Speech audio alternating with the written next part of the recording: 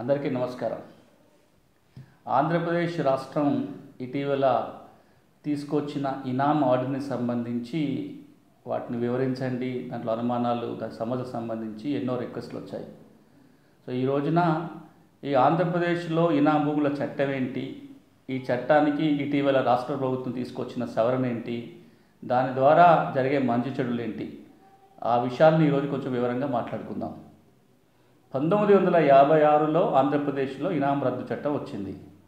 ఆంధ్రప్రదేశ్ ఆంధ్ర ప్రాంతం ఇనాముల రద్దు మరియు రైతువారీ పట్టాలుగా మార్పిడి చట్టం 1956 తీసుకురావటం జరిగింది. చట్టం ఉద్దేశం ఏంటంటే దేశవ్యాప్తంగా జరుగుతున్నట్టుగానే ఏదైతే ఇంటర్మీడియట్ వ్యవస్థ అంటారో, ఇనాములు కానీ, జాగీర్లు కానీ, ముఠాలు, మహల్స్, ఎస్టేట్స్ ఇవన్నీ కూడా రద్దు చేసుకుంటూ వాస్తవంగా ఎవరైతే సాగు చేసుకుంటున్నారో వారికి కొంత వాటా, ఇనాందారులకి, ఎస్టేట్ హోల్డర్స్కి కూడా పట్టాలు ఇచ్చే చట్టాలు ఇవన్నీ కూడా.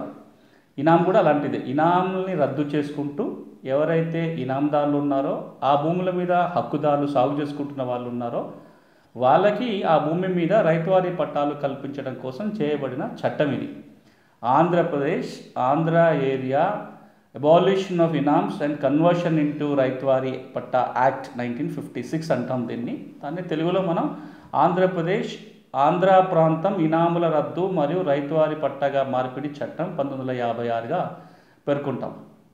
ఈ చట్టం ఏముంటుందంటే, ఈ చట్టం అమల్లోకి వచ్చిన తర్వాత సంబంధిత తహసీల్దార్, ఎవరి జ్యూరిడిక్షన్లో అయితే ఇనాం భూములు ఉంటాయో తహసీల్దారు అది ఇనాం భూమా కాదా, ఆయన జ్యూరిడిక్షన్లో ఉందా లేదా నిర్ధారణ చేసుకొని ఈ ఇనాం భూములకి రైతువారీ పట్టా జారీ చేసే అధికారాన్ని తహసీల్దార్కి కట్టబెట్టడం జరిగింది. చట్టాన్ని 2-3 మాటల్లో వివరించాలంటే, తహసీల్దార్ విచారణ చేస్తాడు. అది ఇనాం భూమి కనుక నిర్ధారణ అయితే ఎవరైతే ఇనాందారు ఉంటాడో ఇనాందారికి 1/3 వాటా, ఆ ఇనాం భూమి ఎవరి ఆధీనంలో అయితే ఉంటుందో, శాశ్వత కౌలుదారులు, ఇతర వ్యక్తులు, కొనుగోలు చేసిన వ్యక్తులు ఉంటే వారు కానీ, ఎవరు హక్కుదారులు ఉంటారో వారికి 2/3 షేరు. అంత మేరకు రైతువారీ పట్టా జారీ చేసే అధికారం తహసీల్దార్కి ఉంటుంది. ఎవరైనా తహసీల్దార్ నిర్ణయం మీద అప్పీలుకి వెళ్ళాలనుకుంటే రెవెన్యూ కోర్టు, ఆర్డీఓ ఆధ్వర్యంలో ఉన్నది రెవెన్యూ కోర్టు అంటారు, ఆర్డీఓకి దరఖాస్తు చేసుకోవడానికి ఉంటుంది. ఆ తర్వాత జాయింట్ కలెక్టర్కి, ఆ పైన రివిజన్ పిటిషన్ కింద సిసిఎల్ఏకి వచ్చే అవకాశం ఉంటుంది. ఈ చట్టం ప్రకారం ఇంకొక అంశం ఏంటంటే, ఎవరైతే ఈ రిలీజియస్ ఇన్స్టిట్యూషన్కి ఇచ్చిన ఇనాం భూముల మీద శాశ్వత కౌలుదారులు ఉన్నారో కౌలుదారులకు కూడా కొన్ని హక్కులు ఈ చట్టం కల్పించింది. ఈ చట్టానికి ఒక కీలక సవరణ 2013లో వచ్చింది. 26/9/2013 నుంచి ఈ కొత్త సవరణ చట్టం అమల్లోకి వచ్చింది. 26th September 2013. ఈ చట్ట సవరణకు నేపథ్యం ఏంటంటే, సుప్రీంకోర్టులో హైకోర్టు ఇచ్చిన తీర్పు, సుప్రీంకోర్టు వివిధ హైకోర్టులు వచ్చిన తీర్పు, మన ఆంధ్రప్రదేశ్ హైకోర్టు, సుప్రీంకోర్టు ఇచ్చిన తీర్పు నేపథ్యంలో ఈ చట్ట సవరణ చేశారు. కోర్టులు ఏం పేర్కొన్నాయంటే, ఇనాములలో కొన్ని సర్వీస్ ఇనాములు ఉన్నాయి, అంటే కొన్ని సేవలు చేయటం కోసం ఇచ్చిన ఇనాములు. దాన్ని రిలీజియస్ పర్పస్ కోసం కానీ, లేదా పబ్లిక్ సేవల కోసం ఇచ్చిన ఇనాములు ఉంటాయి. రకరకాల సేవలు చేయటం కోసం ఇచ్చిన ఇనాములు, రకరకాల సేవలు చేసినందుకు వాళ్ళ రెమ్యునరేషన్ కోసం ఇచ్చిన ఇనాములు ఉంటాయి. ఈ ఇనాం ఉద్దేశం ఏంటంటే, ఆ ధార్మిక సంస్థకు కానీ, ఆ ప్రజా ప్రయోజనాల కోసం కానీ, అంటే పబ్లిక్ చారిటీ కోసం కానీ వాళ్ళ సేవలు కొనసాగినంత కాలం ఈ భూములు వారికి ఉండేటట్లుగా అనే నియమంతో ఇవ్వబడిన భూములు ఇవన్నీ కూడా.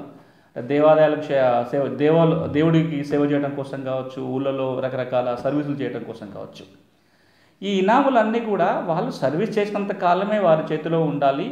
ఇలా సర్వీస్ ఇనామ్స్ ఏవైతే ఉన్నాయో సర్వీస్ ఇనాములకి పట్టాలు ఇవ్వకూడదు, ఇచ్చితే అవి చెల్లవు అంటూ కోర్టులు తీర్పులు ఇవ్వటం జరిగింది. ఈ నేపథ్యంలో 2013లో ఆంధ్ర ఏరియా ఇనాం చట్టానికి ఒక కీలక సవరణ వచ్చింది. ఈ సవరణ చట్టం ఏమంటుంది అంటే, ఈ సవరణ చట్ట ప్రకారము ఈ భూమి సర్వీస్ ఇనామా కాదా అనే నిర్ధారణ చేసే అధికారాన్ని తహసీల్దార్కి ఇచ్చారు. ఒకవేళ సర్వీస్ ఇనామా అనే నిర్ధారణకి తహసీల్దార్ వచ్చినట్లయితే ఇప్పుడు ఆ భూమి ఎవరి చేతిలో ఉన్న నిర్ధారణ కూడా తహసీల్దార్ చేయాలి. అంటే ఇనాం పొందిన వ్యక్తి ఆధీనంలో ఉందా, ఆ సేవలు చేసే వ్యక్తి ఎవరైతే సేవలు చేయడానికి ఇనాం పొందాడో వారి ఆధీనంలో ఉందా, వారు ఎవరికైనా బదలాయింపు చేశారా, కొనుగోలు చేసిన వ్యక్తి ఆధీనంలో ఉందా, ఎవరికైనా కౌలుదారు ఆధీనంలో ఉందా, లేదా ఆ సంస్థ యొక్క ఇతర ఉద్యోగి ఆధీనంలో ఉందా అనే విచారణ కూడా తహసీల్దార్ చేయాలి. ఒకసారి ఈ విచారణ అయిపోయిన తర్వాత ఎవరైతే సర్వీస్ హోల్డర్ అయితే ఉన్నాడో, ఏ సర్వీస్ అయితే చేయడానికి ఇనాం పొందాడో అతను లేదా అతని కుటుంబం ఆధీనంలో ఆ భూమి ఉంటేనే అది వ్యాలిడ్ అవుతుంది. అతను కాకుండా వేరే ఇతర వ్యక్తులు ఎవరు ఆ భూమిలో కొనసాగడానికి వీల్లేదు అనేది ఒక చట్ట సవరణ.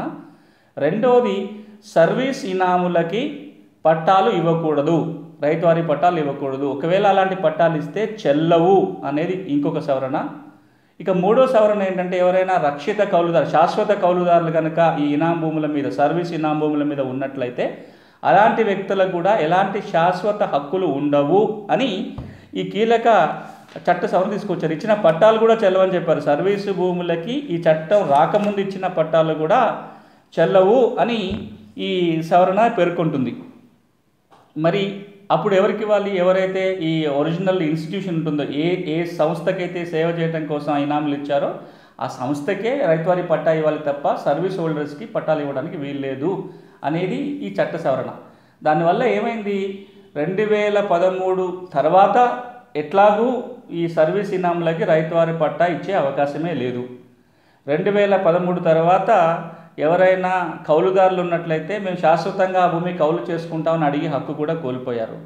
కానీ అంతకుముందు ఇచ్చిన పట్టాలకు కూడా ఈ చట్టం వర్తించింది. అంటే 2013 నాటికి ఏవైతే సర్వీసు భూములకి పట్టాలు ఇవ్వటం జరిగిందో ఇప్పుడు ఆ పట్టాలన్నీ కూడా చెల్లకుండా పోయాయి ఈ చట్ట సవరణ వల్ల. దానివల్ల చాలామంది ఇబ్బందులు పడుతున్నారు. దీనికి రిట్రోస్పెక్టివ్ ఎఫెక్ట్ ఇవ్వటం వల్ల దీంట్లో మార్పు చేర్పులు చేయాలి అని పెద్ద ఎత్తున జరిగిన ఒక చర్చ, తర్వాత ప్రభుత్వం తీసుకున్న చర్యల నేపథ్యంలో గవర్నమెంట్ ఆఫ్ ఆంధ్రప్రదేశ్ ఒక ఆర్డినెన్స్ని జారీ చేసింది.